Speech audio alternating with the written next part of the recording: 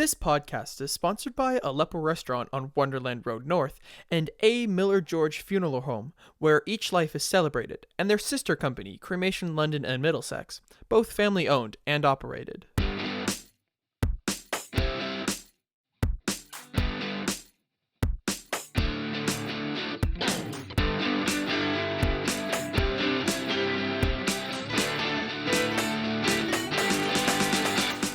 Good morning, good afternoon, good evening, wherever and whenever you may be listening. Welcome back to another edition of the Vickers Crossing podcast. The Vickers Crossing is a virtual space where faith intersects with the public square. And we are back, baby. We're back once baby. Again. We are here and we are ready to go. My name is Rob Henderson, and I am the priest at Holy Trinity St. Stephen's Memorial Anglican Church, London, Ontario. I missed you, buddy. I was away last week. We didn't You record were. last week. We No, had a we had good a run week off. of like 3 good episodes, and we took a week off. I was out east. So my name is Kevin. Yeah, Kevin George. Did you forget? Yeah, well, I was away for a while. Kevin George, the rector of St. Aidan's Anglican Church here in London as well. We got producer Ian with us. Hello. Producer Ian. Yeah, I'm here. Producer Ian put on quite a show last night. He sure did, didn't he? We had a little get-together for Kevin's beloved, Catherine Ann, on her Yeah, 50th birthday Happy party. 50th birthday. Ian showed up and played guitar and played piano and had everybody gathered around putting on a show. It was good, man. Yeah. It was really Sweet. good. You rocked, buddy. Enjoyed that. It was a lot of fun. Yeah. Yeah. And we got Randy with us. Yeah. Hello, Randy Warden. Good evening, good day, good morning to you too. Yeah, I guess we're afternoon right now, but Well, we're afternoon, but here- who knows when people might be listening. here, That's right. Right. if you happen to be in Japan listening to this Yep. right now, dono arigato. But it's not afternoon there, is it? Not, and It's 5 o'clock somewhere. It is. somewhere. It is indeed. That's what my grandpa used to always say. Yes. And then he'd As open he the bar. poured the beverage. That's right. It's 5 o'clock somewhere. Well, it's good to have everybody back at it again. We're going to chat with Randy a little bit because we're heading in Saturday right now that we're recording this. And on Monday, of course, is Remembrance Day. And lots going on around that and some themes about that we want to talk about and bring up. So, Randy, it's good to have you here. And we'll get into that in just a few minutes, okay? Well, thank you for the invite. All right, you're welcome. We warned you, though, that there's some silliness we have to do first. So we have to get through that. But one thing that is not silly is the good folks that have really helped us out with this podcast, our sponsors who help us put all this on every time we get together. So we want to say hello once again to our good friends at Aleppo Restaurant at 666 Wonderland Road in North in London, and our friend Dave and everybody over at A. Miller George Funeral Home, where each life is celebrated, and their sister company, Cremation London Middlesex, both family-owned and operated. And had a nice chat with Dave the other day. He dropped by the church, and we were kind of able to catch up and Wonderful. talk about things. So it was good to see him. And again, I've got a meeting coming up sometime this week, I think. you do. He's going to drop by and see you too. All right. He's a good guy. He is. No, Dave and the group over there is really good. And actually, just as a quick aside, we were able to find out that Dave connected with a guest of ours that was on the Vickers Fantastic. Crossing a little while ago, Pam Cullen. Pam's the chaplain at the Southdale Chaplaincy. And London Chaplaincy, I guess it is. Yeah. And anyway, through that connection, Dave and his staff were able to help them out with a coat drive they're doing for some of the kids in the chaplaincy. And they were able to collect some new and used coats to make sure all the kids are warm this winter. So that was a nice connection that we were really happy about. Yeah. We could kind of intersect. That's those right. two, There was an intersection, wasn't Yeah, it? A crossing. And what was really great to see in that, too, is just that's just one of, I'm taking a look at some of the things they've been up to. They do, A. Miller George, just an incredible job in the community of helping a whole variety of charities. But it was pretty exciting and that was the day that Dave came out and as you say, met Pam and jumped in and took on sponsorship of this as well. So great people, really good work, Dave. Keep it up, buddy. Keep it up. Keep it up. Yeah. So let's do a quick check-in. We've been away for a little bit. Yeah. So how was your week? Well, I was heard in you had a fun Halifax. week, Well, I yeah. was in Newfoundland at first for a 50th birthday. This has been we had the octave of Catherine Ann's birthday. So we had we had the first party ahead of her birthday on November 1st in Newfoundland at my sister's place. God bless you, Helen, for hosting my entire our clan, our entire family. And so that was a great time. We just had a small crew of about 40 for that one. And then what'd she say it was 33 or 34, and then we flew to Halifax because Catherine Ann had exercises out there. So she's a Navy Padre in reserves, and so we were there for a few days. And her birthday fell on Tuesday, so I hung out with her a bit on a Tuesday when she was free, and we went out that evening and to one of the local establishments. Surprisingly, there are a few establishments in Halifax. Shout out to Mark Critch of This Hour Has 22 Minutes, who I met flying into Halifax. Yeah. And I tweeted him and asked him, I thanked him for taking a minute with me in a selfie. And I said, where would you go? And one of the places he recommended I got to a couple times was the Lower Deck. Okay. Which I'm sure Randy is familiar with. I've not been there. Okay, all right. And but a great pub right on the wharf overlooking the water. Nice. It's a great time. So yeah, I called it Operation Books, Bars, and Beers. Oh wow, nice. And got to the Dildo Brewing Company when I was home in Newfoundland. A great time, and yeah, it was good. It was a good week away. Good week. And last night, of course, we had the ultimate party for Catherine Ann back here at HMCS Prevost, where she's a chaplain, and we had about 135 people out for a rocking good party. And as you said, a great part of that was our friend Ian Stevenson here and our good friend Mark Smith. Yeah, and Mark was playing piano and singing. It was fantastic. Yeah, It was those great. two, Yep. you two really made a party Great. for us. It was So, great. That was good. Yeah. Good time. What about you, buddy? What's Well, we're gearing up at our church. Of course, tomorrow being, or Monday being Remembrance Day, St. Stephen's of Holy Trinity St. Stephen's is a memorial church. Yeah. And Randy's been there before. We were good enough to have him at dedication of our a new pergola that we had put up in our. We have a Veterans Memorial Garden in the back of the church, and Randy came in September. We dedicated some new plaques to some of the servicemen and women that are connected to the parish, and so he was there for that. But so Sunday's an important day for us as a parish, so we'll be having an act of remembrance, and we still have some veterans that are part of the community there, and certainly in that neighborhood. Yeah. As much of that neighborhood was built by those returning from the war, and so important day for us. So we're looking forward to that and having some folks from the area drop by and be part of that. So Excellent. Yeah. nice stuff? All sounds good. Ian, you're Yeah. doing all right? A lot of school? Yeah, I actually just finished before I came here a midterm, and that was the last midterm that I had to do. All right. So that's good. And then other than that, yeah, I was asked for a business card at the party, which Were is you? like a first for anything. business for Oh, this? yeah, see, For me. singing for lot. you, Yeah, for 'cause he was singing. Yeah, Oh, which was okay. Now really- you got to get business cards. Yeah, man. it's like that's the Jeepers. next step. I got to Yeah. get business cards now, and yeah, so yeah. Cool. Some people are going to hire you. You're going to go out singing. yeah, that'd be fun. The people will be going, You got to get Ian a logo. Ian needs his own, that's Ian our needs his next own task. logo. Ian's his own walking Ian needs logo. his own Man. logo. Well, speaking of, since we got Ian here on the hook, let's make sure that we give him another opportunity to touch and connect with his listeners here on the podcast. So it's time now for another edition, ladies and gentlemen, of Ask Ian Anything. Wow. The sound effects are incredible. It's amazing. Yeah. You can't hear that out there in Facebook world, but when you listen to this, you're going to be like, wow, that was happened? incredible. What happened in that room?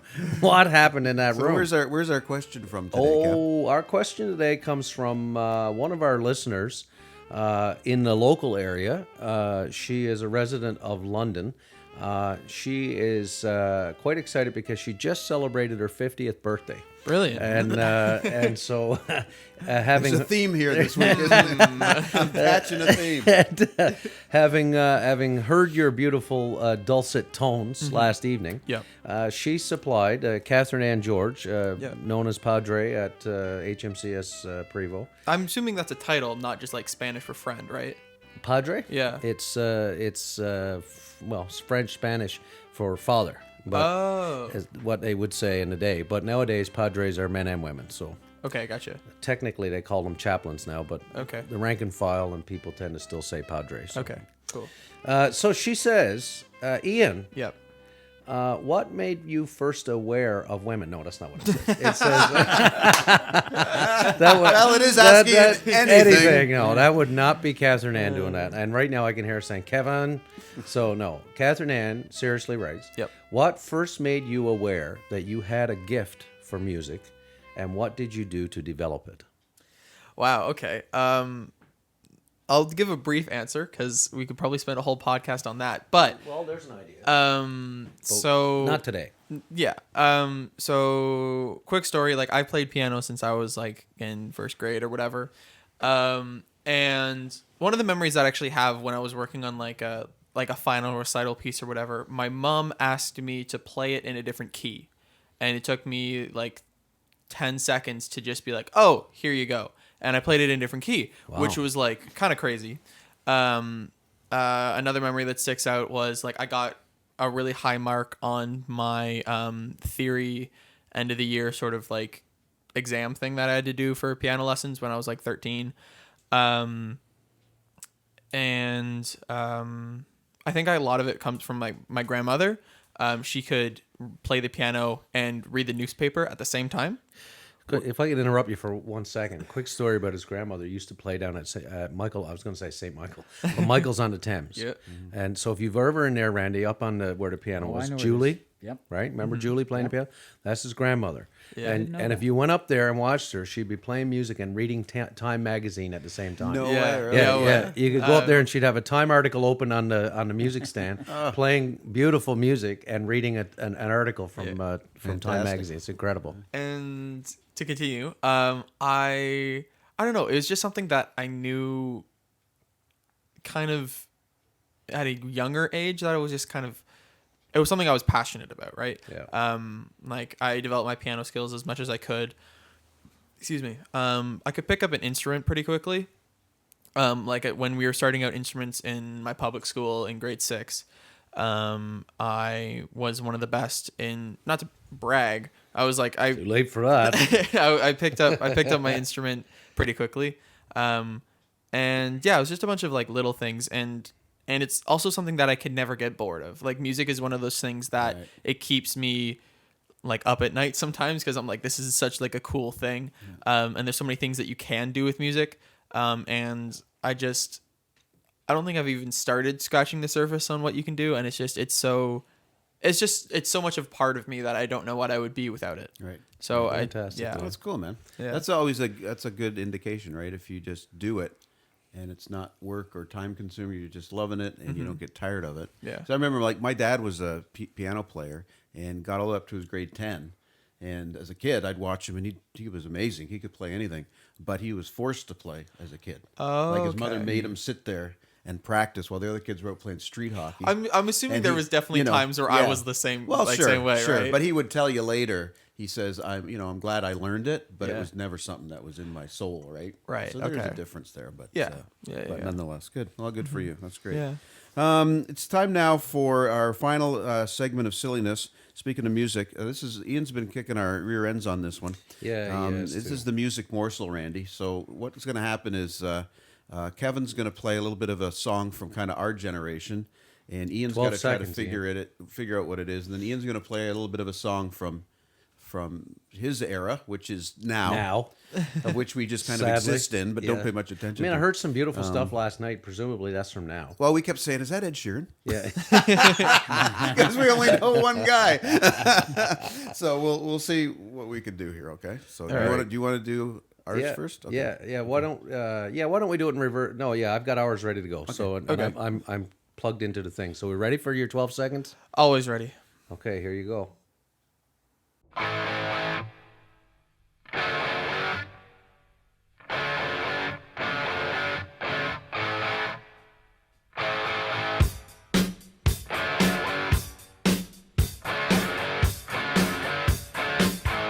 I gave you 16 seconds just for fun because I like the song. That's Highway to Hell by AC/DC. Oh, come man, on, it's man. too It's easy too for him. easy. It's too easy We for got to him. come up with I some got to come up with harder music. Yeah, some obviously. B-side stuff for Yeah, I him. don't know. Gosh. I mean, it's- All right, here comes the embarrassment part of the let me podcast. drop me off of here, Ian. Okay. I'll do that right now. So there's the Bluetooth gone. You can tune into it now. Oh, by the way, if my boys are listening, you can text me if you know the answer to this and you're watching on Facebook Live. Yeah. Yeah, go ahead. That's right. Ian. I have to connect. And if there's anybody out there under the age of 30 who knows me and this music, text Kevin. If you like, you can text Randy. Oh, damn. All right. Okay, go. Here we go.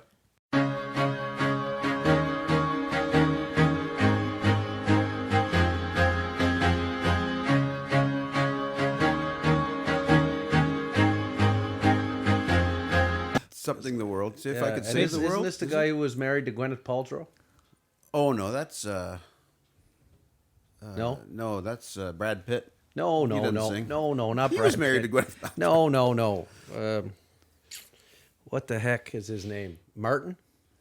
No, not Sam Martin. You think No, of Sam Martin? I don't know. But if I could save the world, is that the name of it? Could say- No, No. it's kind of like a stump one because like, yeah. Do you want to know what it is? Yeah. Yeah. Okay, it's by Coldplay. Coldplay, which right? is and, yeah, And the lead singer was Is- married to Gwyneth Paltrow. yeah. I sure. Yeah. Sure, I'm assuming his name actually is Martin. That rings a bell, so Yeah. I'll give you that. Yeah. It's called Viva La Vida. Viva la vida. Viva la Vida, of course. Yeah. Song. Yes, I knew this. I yes. just want everybody out there to know I did know the song. Yeah. Well, good for you. And if there's anybody watching on Facebook Live, you could just affirm for me. Yeah. Do a little Google search. I think his name is Chris Martin. Chris Martin is correct, And I actually. think, Martin, and I think he yeah. was So I was married to thinking Gwyneth Sam Paltrow, Martin. and they have a child named Apple. And Brad Pitt was married to Gwyneth Paltrow. Come on, I watch Entertainment Tonight. Anybody else? Cool. All right. Okay. Why don't you introduce our Oh yeah, esteemed let's get guest out of here. something a little Yeah. more serious. Well, hang on a second. I'm sitting here thinking Gwyneth Paltrow was married. Yes, Randy, you need to watch Entertainment Tonight. That's right. I see that. with John Tesh. Is it? That's probably not John Tesh. Oh no, I think he anymore. retired about 20 years ago. Okay, all right. So listen, it's a big weekend. All kinds of Remembrance Day commemorations happening. I know last night the Vimy branch had something as well. Randy would have been there. We at the Vickers Crossing wanted to make sure. Last year, you folks will remember we had George Beardshaw on and had a great chat about his life and living through the war.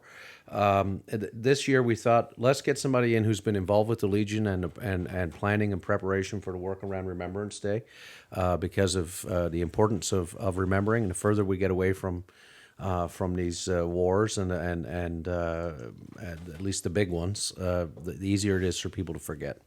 So we're really glad that Randy was available to come in and see us today. Randy Warden is the zone commander for the Royal Canadian Legion, and I think what that means is he looks after London and St. Thomas area as commander. London and Dorchester. London and Dorchester. Okay. That's a good spot, too. Dorchester. Hello to Dorchester. Shout out to all the people in Dorchester.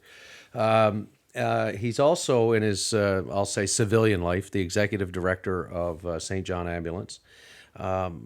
He's also a veteran in that he served 6 years with PPCLI, with Princess Patricia's Canadian Light Infantry, yeah? Yes. And 2 years with the 4th Battalion as well. He's Randy's peacekeeped in Cyprus. He's been all over North America, everywhere you can go, coast to coast to coast, to sea to sea to sea. And I know you spent time peacekeeping over in Europe, in Norway, and other places. You were on different tours. So you've done lots, and we're glad you're here to be with us. And you got some of that right, but that was okay. Okay, what Yeah. parts? Let us know. Just keep. Oh, don't make me start from the beginning. No. I was going on what you gave me, but I might have got it wrong. No, that's okay. That's okay. But so I not offend anybody out there. Yeah. After my service with the Princess Patricia's Canadian Light Infantry, I did 2 years as a reservist with the 4th Battalion of the Royal Canadian Regiment. Okay. Now that's a regiment right here in London. So Yes, we got to make sure we give them their proper. We want to keep those, keep the Royals We have- happy. yeah. And my peacekeeping time was in Cyprus. Cyprus. I did service in with the military in other parts, including Norway and Europe. But Yeah. my peacekeeping time was with the United Nations was in Cyprus. Yeah. So, Rob, Well, to go back a little bit to the beginning, what got you into the service, and what was that part of your life like, and what kind of brought you into that? I was born into a family that the service was part of our family. My father was a career soldier. He served with the Royal Canadian Regiment. He was a soldier when I was born, and he was a soldier till just before I left home. So I grew up in that environment. When I was just a child, I'm dating myself already, but in 1965, Dad was transferred to Germany, and as a family, we went to Germany and lived there for 3 years. So I was very immersed in that military lifestyle. Right. When we were back here in Canada, I joined the Army Cadets when I was in high school, and I was with the Army Cadets for 5 years. And then after I was finished high school, joined the military. It just seemed like a natural progression at that time. Right. Okay, and you're in London now, obviously. Kind of fill in a few blanks, and you mentioned that obviously you served some time ago, but you've been moving around a little bit over the course of your life. Where are some of the places that you've served, and what kind of brought you back to London here? Well, London is home to me. Okay. When I joined the forces, I joined in 1977. It was kind of an odd time in the Canadian Forces because they were trying to modernize but hadn't quite figured that out yet. Were you guys wearing those funny uniforms at that time? Well, no. We've Not always quite. had funny uniforms, but when I joined, they actually had a survey that we had to complete, and they said, "Where would you like to serve?" And I thought that meant they were interested. Oh, yeah. So I told them, "Well, I like to serve on the East Coast, and I'd like to serve on the West Coast," and I told them all the cool places that I thought that was pretty cool. Not what they had in mind. So they sent me to Winnipeg. And now that turned out to be a wonderful experience. That's not on the coast, is it? No, there was no coast to be seen. Yeah. And so that was my first exposure to the military. Is if they're asking questions, I'm thinking they might actually send me one of these places. No, not such. So, just in terms of your work now and what you've been into, I know because of the a connection I have through Prevo, of course, with the Padre there, that there's a big, obviously Monday is Remembrance Day. So let's shift ahead a little bit to sort of what's going on there, and perhaps a little bit about, because for you, having come out of your own service and all that stuff, and now as a person who's gotten quite involved in the community, Randy, I think there's very little that you haven't had your hands on in terms of a lot of the veteran stuff and Legion and our 150th anniversary, the sesquicentennial. You were involved in that. And just yesterday, chatting with Catherine Ann about things coming up on Monday, she said, I can tell you, Randy certainly knows how to keep everything organized and well put together in terms of what's coming up for this Remembrance Day. So perhaps we can talk a little bit about what people can expect to see on Monday and what will be happening, I guess, and what are the highlights, what are the things that are going to happen, and then maybe we can chat a little bit about some other things around that after. Well, for the people that are looking to go down and observe Remembrance Day, they need to be downtown and in their place not later than 10:30, quarter to 11, because as you know, everything's happening 11. The service is at 11. For those that are participating in the parade and the ceremony, they need to be at the Delta London Armories at 10 o'clock, and from 10 until 10:30, they're getting themselves organized and squared away. And at 10:30, they will step off. And for those that are there to watch the parade will start at the Armories, and it will head west down Dundas Street to Wellington. And it will head up north on Wellington and up until they get to the Cenotaph, and then they'll get positioned. They will be in position probably about quarter to 11. That's why I said if you're going down to watch, you got to be there early. And the service will be well underway at 11. And following the service, we will parade out of there, and the parade afterwards will be past City Hall, down Dufferin, going east, and we'll get as far as Waterloo and then hang a right, go south on Waterloo, and they will dismiss from there. And what happens right in front of City Hall is we have a saluting base that'll be set up, and we have a reviewing officer in the City of London. We have a new brigade commander with the military, Colonel Joe Robinson, and he has agreed to be our reviewing officer this year, and he will take the salute, which is an important thing for the veterans. You know, this is a way of today's military showing that we still care for the veterans. Very good. How many? Go ahead, Rob. Sorry. You were mentioning too. Back up a little bit. Sunday night, there's an event as well, a vigil. Yes. We were talking about that before we went on. So fill us in a bit about that, and maybe about a little bit of the history of how that came about, because it's rather a new thing in London, is it not? Over the last few years. The candlelight vigil has kind of evolved from necessity. You know, for Londoners, and this is the sad part about anything that happens in the public domain. Is Londoners may remember that a few years ago the Cenotaph was desecrated the day before Remembrance Day, and that's horrific. And I don't even know what makes people want to do things like that, but it happened. and the city did a magnificent job. They had it all cleaned up, and nobody was the wiser. But what it did is going forward is now we start to think, well, is somebody keeping an eye on the cenotaph? We're in that day and age where that's the way we need to think. Who's keeping an eye on things so to be pristine for tomorrow's service? And the cadets stepped up, and they went out and they started doing a vigil, and they would come out the night before Remembrance Day, and they would stand guard on These that the thing. Sea Cadets or It's the Sea Cadets, Army Cadets, and Air Cadets. all they, three, they, eh? they do it collaboratively, and it's Okay. a wonderful, wonderful thing. yeah. They don't give the kids a long shift, so No. there's a room set up over in City Hall that they can go and get warmed up and have a little snack and Nice. make sure that they're fresh and able to do their shift. Yeah. But there will be sentries at the cenotaph right through the evening Yeah. and first thing in the morning, so that when the military and the veterans come in, we know that the cenotaph is in good shape. And what happened as it evolved is they added a candlelight service to it.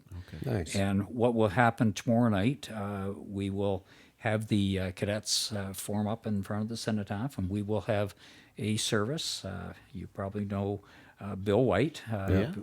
Reverend Bill White. Billy was- White Yeah, the Bill, second. Hello, Billy White the Bill, second. yeah, If you're Bill listening, and I are buddy. at school together. Some Yeah, years you ago, went to school, Bill. I went to Huron College with Bill. Yeah. Bill was like what I understand, Bill is, I don't know if I think he's more like a Boy Scout than a military thing, because he's always prepared. He's always prepared. My experience with Bill is if you Yeah. need anything, it's probably Yeah. in his pocket, his coat, or his bag. I probably owe him a lot of pens and paper from school. Yeah. He just He's Bill, always got a Bill, what do pocket you got? knife going. The guy is incredible.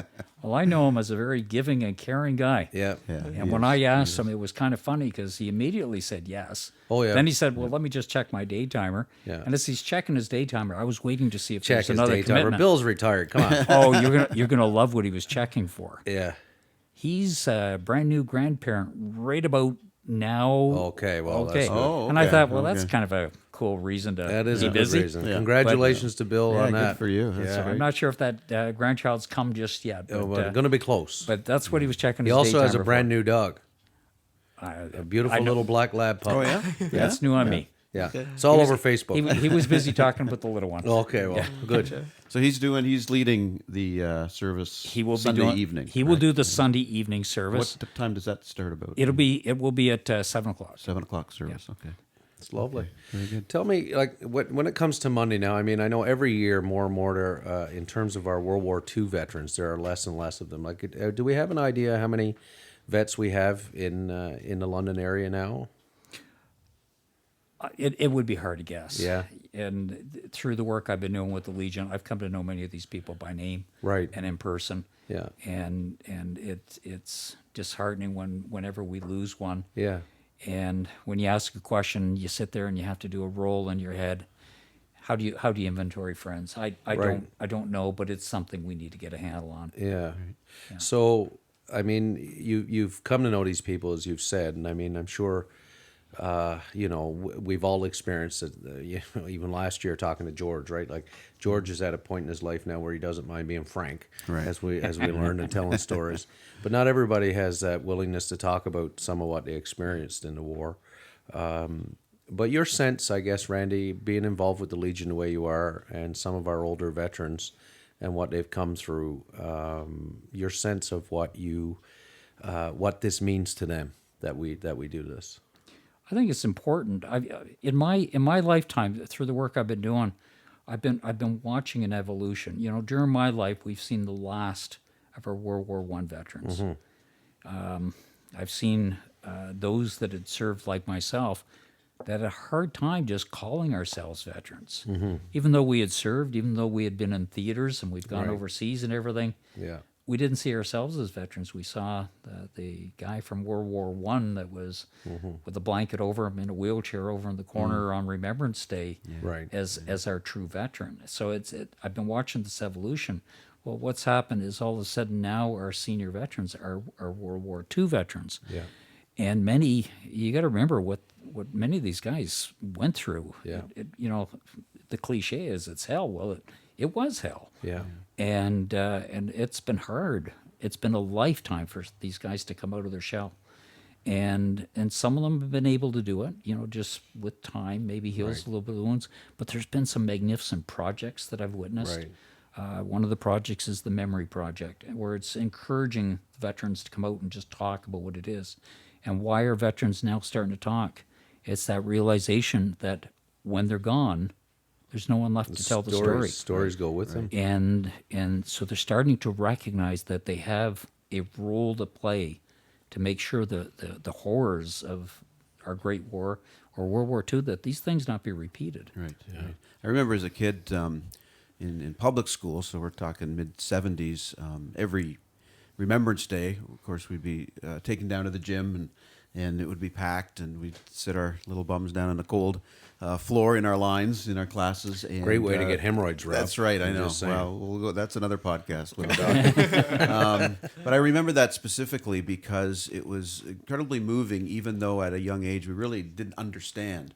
But one of the things that we were able to hear were those veterans telling those stories one-to-one, right? Yeah. And as you say, I heard you talking about the fact that because there are not many left, or those that are maybe not are in a place where they can do that and tell those stories because of age or whatever.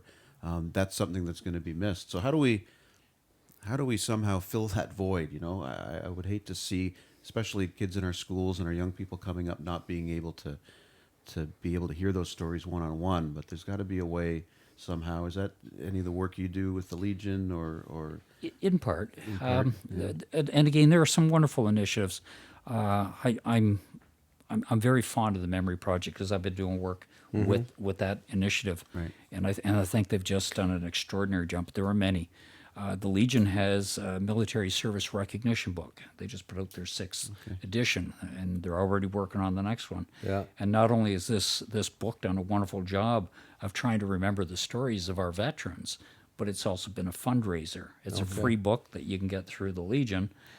But the sponsorship to put this book together has raised over, I think it's $1,200,000 going back to veteran causes. Wow. So there's the recognition that there's ways to keep these stories alive and encourage the veterans to share these stories and turn around and do some good with the revenues that are generated from these projects. Right, and it'll be up to us to be able to be wary that those things are there, Yes. right, and to do the work of ensuring that those stories are passed on to the younger generation as well. And one way I know that sometimes it shows up in this age of social media is because I've looked at them. If you go on like YouTube and there's videos being made of some of the voices of the veterans and the stories they tell that way, which can be very moving as well. So certainly would encourage people to look for that, especially if they have young ones at home and are trying to make that connection for them. And I mean, I think that keeping the stories alive are important. I always find myself a bit conflicted, I must confess, this time of year, just in terms of my role as a priest in a parish. Sometimes the expectation is that sort of church now, and I mean, Rob is in a different position again because his church is a memorial church, and so there is a need in a greater way to have something. I don't tend to like to get the whole Remembrance Day thing sort of blended in, sort of like sifted through flour with our regular Sunday service. So we often now have moved to doing something very small at the beginning before we start to just sort of take note and remember. And I think a part of the struggle that some of our people have, and I think it's the internal struggle that I have, and I'd like to hear your reflection on this, is just, I guess I struggle with why do we keep the stories alive? We need to keep them alive. I agree we do. But sometimes when these things come around every year, the stories are shared, and it's almost jingoism, if you know what I mean. It's a lot of rah-rah wartime, the good old days. And I think that for me, when I hear the stories, it speaks of the atrocity of violence and the terror that goes along with that.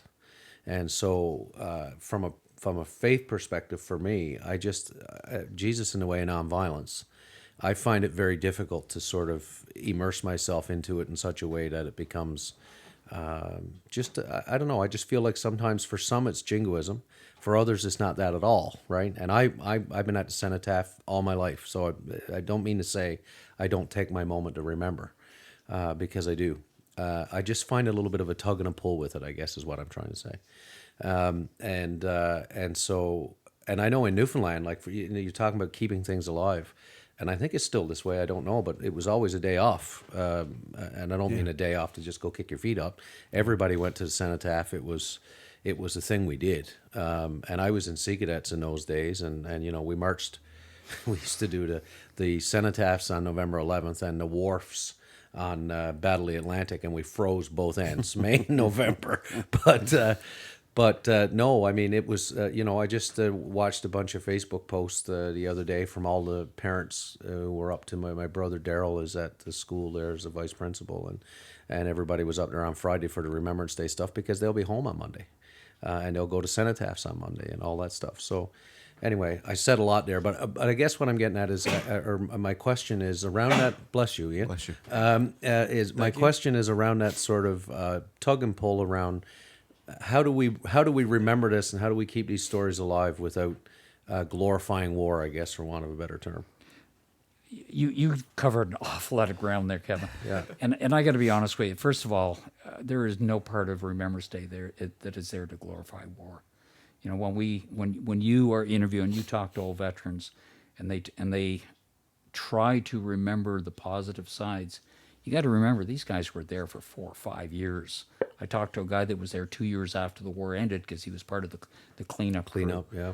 And you know, they've lost good friends. Like, how do you mentally deal with not only that you're losing the guy that stood beside you, that was there to protect your life, but also that you're there you are being asked to take the life of the person across the field from you. How do you process that? Mm-hmm. My job is to be a warrior. My job is to take the life of the enemy. That's why we're there. Mm-hmm.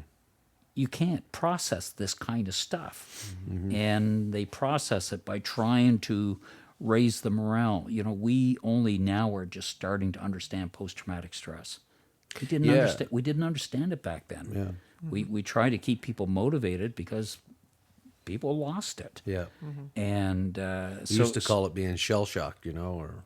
So when you're talking to someone that is talking about those fond memories of being overseas, you're probably hearing snippets out of 4 years of hell. Yeah. And that's how that person kept going for those times. So there's part of me that's extremely forgiving when I hear these guys talk about that. Actually, I should say to you, I never hear that from the old timers. It's not the old timers I see with that. I want to clarify what I'm talking about. I tend to hear that with it's not veterans. It's just people who tend to get wound up politically about things like it should be a day off. We need to do this. We need to do that. And a lot of it sort of smacks of nationalism in a way, and jingoism, right? It's like, well, absolutely, and you know, and I get asked silly questions in my mind. The veterans to me are doing exactly what you're talking about, which is they're sharing stories which are critically important, and that memory project, a great idea, because like you said, these are guys who were told not to talk about it for years, right? Mm-hmm. So when they talk about it, actually, I think that's why I show up at cenotaphs and why I do have prayers and why I do stick to it, because it's their memory and their memories that I want to honor. What I find hard to deal with is there's a whole troop of things now, and particularly even more so now than ever, with the rise of populism and nationalism and all that stuff, is there's a lot of people that want to use Remembrance Day as an opportunity to beat the drum.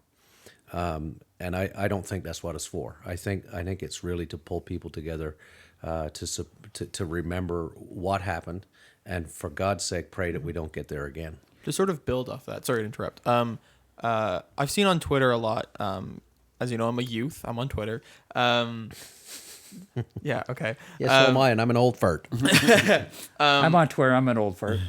And I just wanted your opinion. I've seen on Twitter that some people are putting like rainbows on the poppy to represent like LGBTQ like awareness and things like that. So I just wanted to know your opinion on sort of the concept of that. And it might be a silly question, but like how important the red and black poppy is in comparison to like something great else. Question. Mm-hmm. Well, that's an outstanding question, and I'm going to come back to what you were saying earlier, if I can, Kevin. Yeah. The rainbow poppy is something that has emerged in this past little while, and I have been asked about it a fair amount. And I'm going to come right out and tell you, the first thing I did was defer to what the Rainbow Veterans Association of Canada had to say about it. And their response was bang on the money. And their response was, there is only one poppy. It is red for the blood that was on the ground, because we did not care about the nationalities. We didn't care about your ethnic background. We didn't care what your preferences were, what your gender was. The fact that you were willing to go and lay down your life for your country is the red of the poppy. There is only one poppy. And for all these groups that are trying to find ways to politicize such a solemn thing, it's unfortunate, but people are looking to jump on the bandwagon. Right, but it's exactly what I was talking about, right? It gets politicized. However, I got to say, I don't know if you've seen this piece, Ian, or not, but that in this age of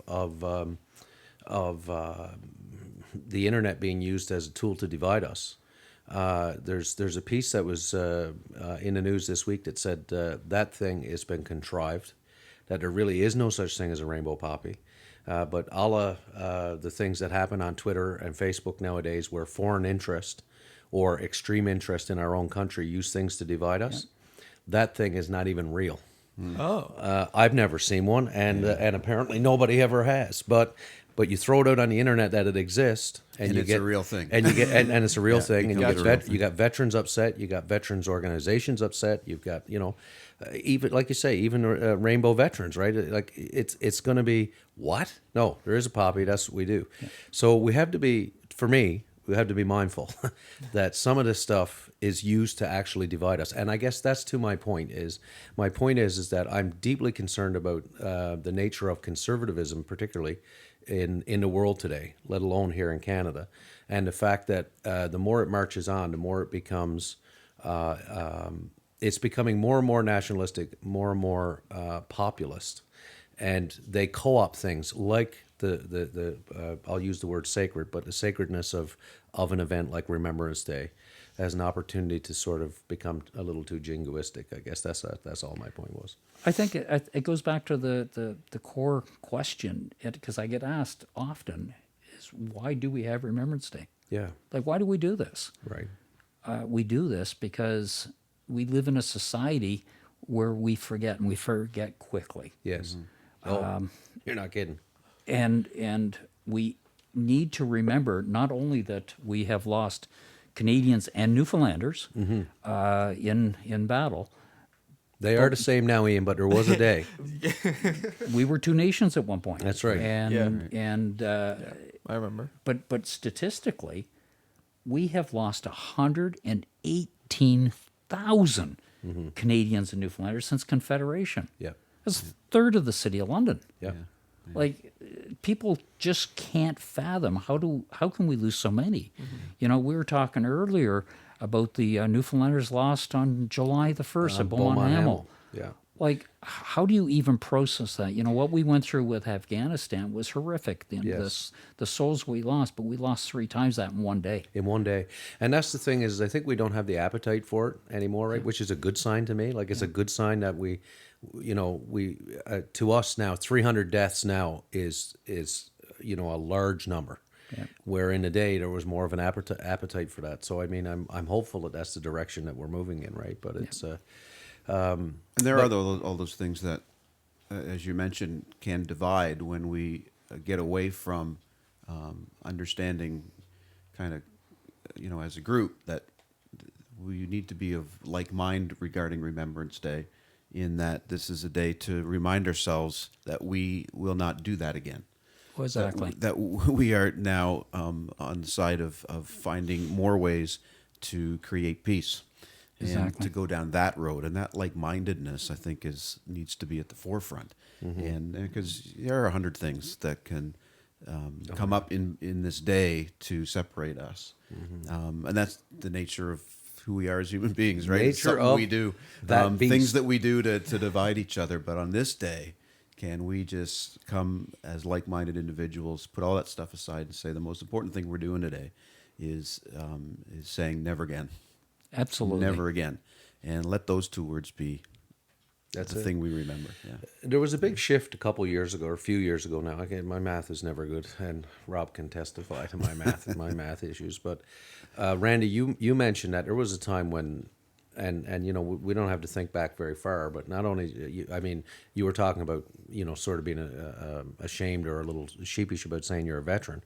There was a day when you know, being military in this country almost was akin to being sort of spat upon a little bit, right? I mean, the military went way down, and then things have sort of changed from there, thankfully. And I think that after the incident in Ottawa and Nathan Cirillo, I was at the Cenotaph, the Remembrance Day following that, and I noticed that what was a sizable difference in the numbers, but also just I felt there was a shift in the attitude of the people there as well.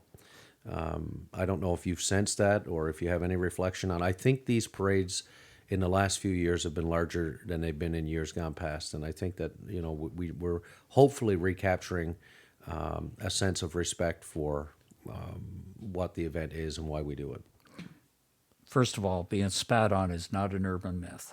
No. In my lifetime, I moved back to London, and I've gone to Remembrance Day every year I could. Yeah. And when I came back, I've been twice just walking down Dundas Street, park the car and be walking down Dundas Street, heading towards the park, and have been spit on. In a uniform or in Wearing my Wearing beret, your wearing my uniform, blazer, Yeah. and just people walk up and think that was a cool thing to do. yeah. What's really sad about what I just said is that it's not unique to me. That there are many veterans who will tell you Yeah. that happened to them. Yeah. And for all the things that race through your mind when this happens, Yeah. you wipe off your face and you keep on walking. Yeah. Because at that moment, it's not you; it's what you represent. Yeah. And where I started to see the turning point was when our troops went to Afghanistan. Okay. It became part of our consciousness Right, again. right. And when we started seeing caskets getting loaded Come onto back, yeah. aircraft, Yeah. it The Highway Heroes and so Well, on. yeah, It people drove it seeing home. those Motorcades. coming back in the middle of their day, and all of a sudden, boom, the light goes on. This is real again. Yeah. I remember it's just- equally, you know, with just as much of an impression, I remember equally the very first time that I parked the car and I'm walking down the same route I always do, getting down to where I need to be. And somebody just walk up and say, "Thank you for your service," and shake my hand. And the first time it happened, I couldn't process that. That was just like, pardon? Yeah. I didn't even know how to respond to it. Right. And again, that was a very common thing because our society was processing what was going on overseas. Right. The horrors of war were becoming reality Or once again. much more visible to us too. Exactly. Yeah.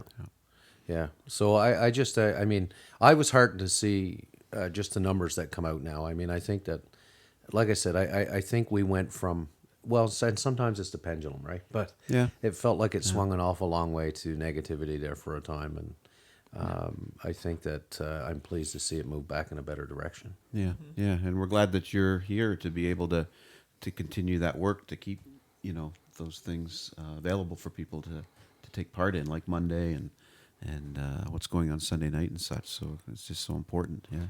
Well, it's a pleasure to come because, you know, why do I and other veterans are out there talking about what we're doing on Remembrance Days to get the word out. Yeah. So that people do remember, so that they do come downtown and participate.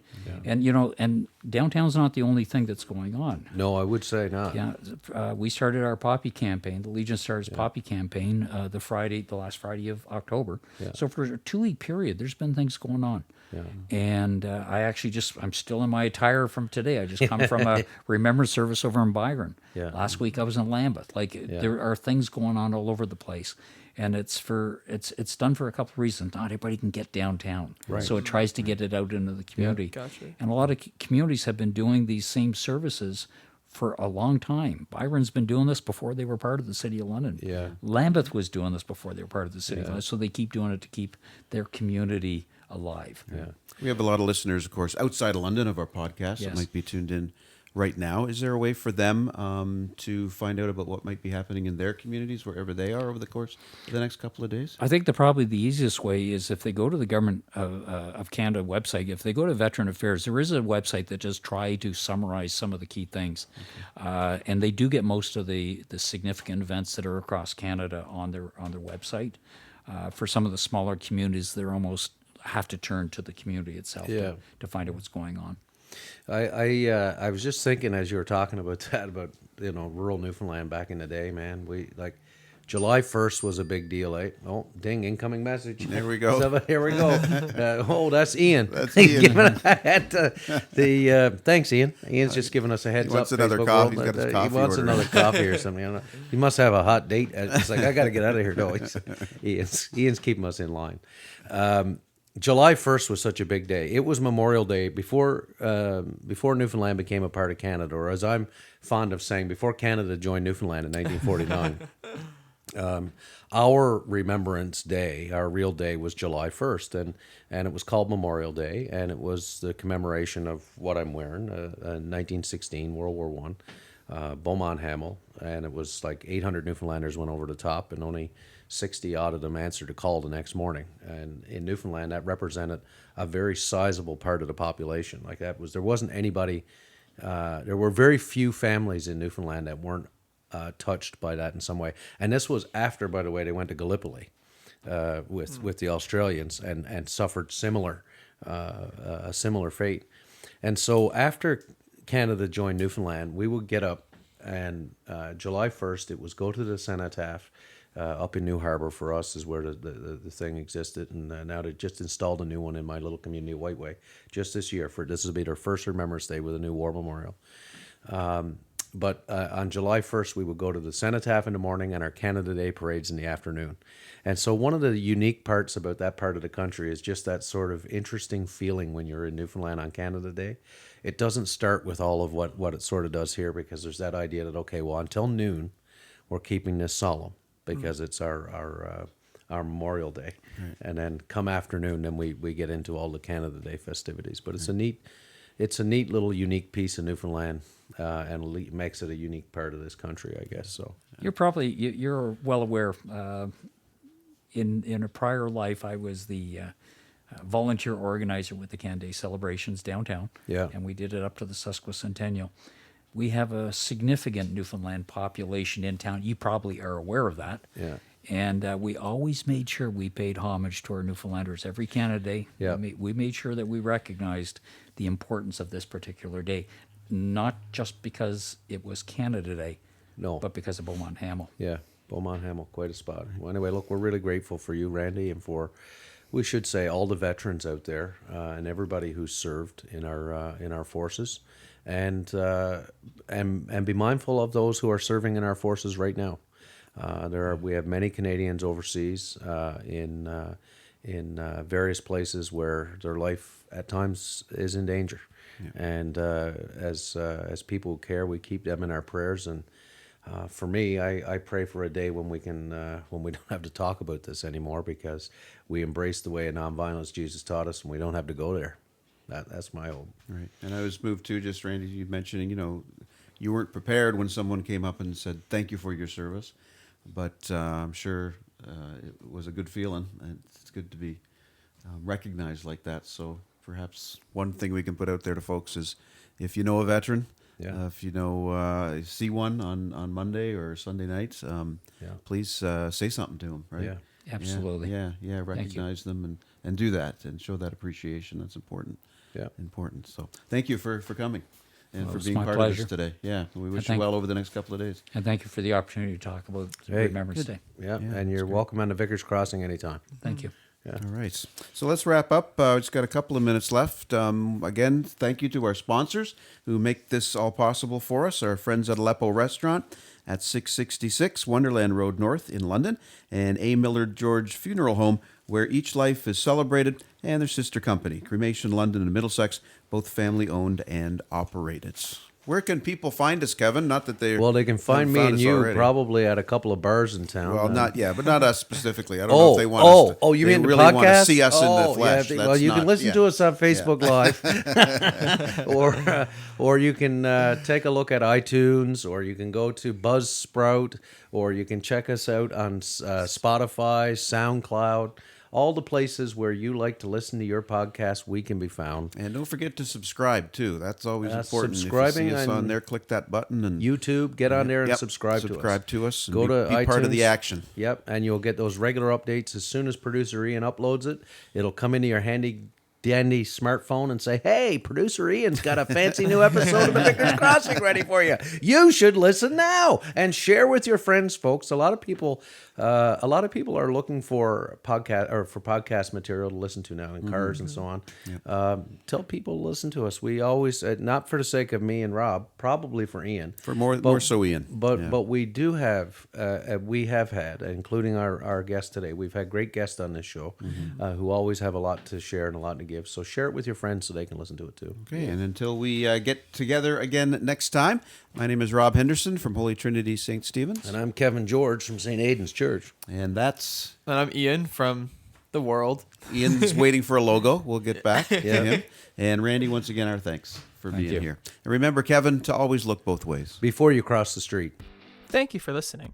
Our hosts are Kevin George and Rob Henderson. Our producer and composer is myself, Ian, with original artwork done by Catherine Olenek. If you have any questions or want to know where to find us, tweet us at Vickers Crossing or find us on Facebook at The Vickers Crossing. If you have any other questions about anything heard on this podcast, leave us a comment or look in the description to find out more. Thanks!